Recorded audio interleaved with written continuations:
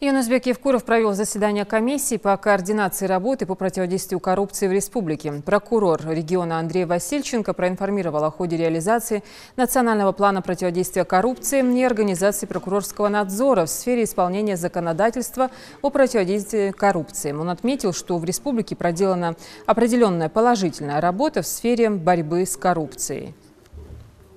По результатам проверок, проведенных органами прокуратуры за 11 месяцев 2017 года, выявлено 1289 нарушений законодательства о государственной муниципальной службе и противодействии коррупции. Могу сказать, что в аналогичном периоде прошлого года эта сумма составляла 4152. То есть работа в этом направлении она несколько улучшилась. Принесено 99 процессов на незаконные правовые акты. По результатам рассмотрения которых 95 незаконных нормативных правовых актов отменено или приведено в соответствии с федеральным законодательством. Как пример могу сказать, что в аналогичном периоде прошлого года их было 368. Направлено в суд 17 исковых заявлений в защиту интересов общества и государства за неразмещение в сети интернет информации о деятельности государственных органов и органов местного самоуправления и о возмещении ущерба, причиненного преступлением коррупционной направленности.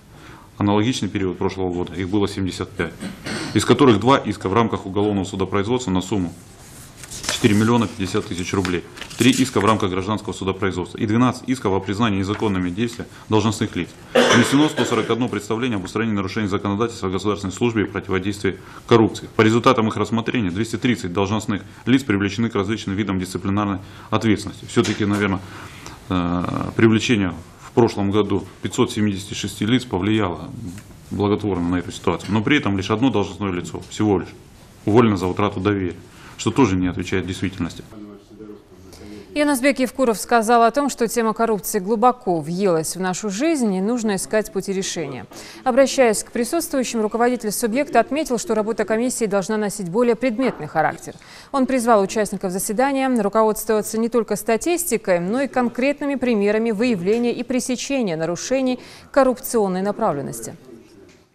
Система координат коррупционных, я имею в виду, она глубоко въелась. Это не сегодняшняя тема. Она глубоко въелась.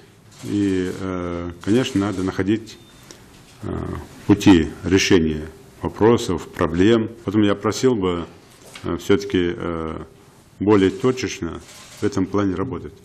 У нас есть коррупциогенно опасные направления, и по ним, конечно, и днем, и ночью должен над ними светиться фонарик, и мы их должны видеть.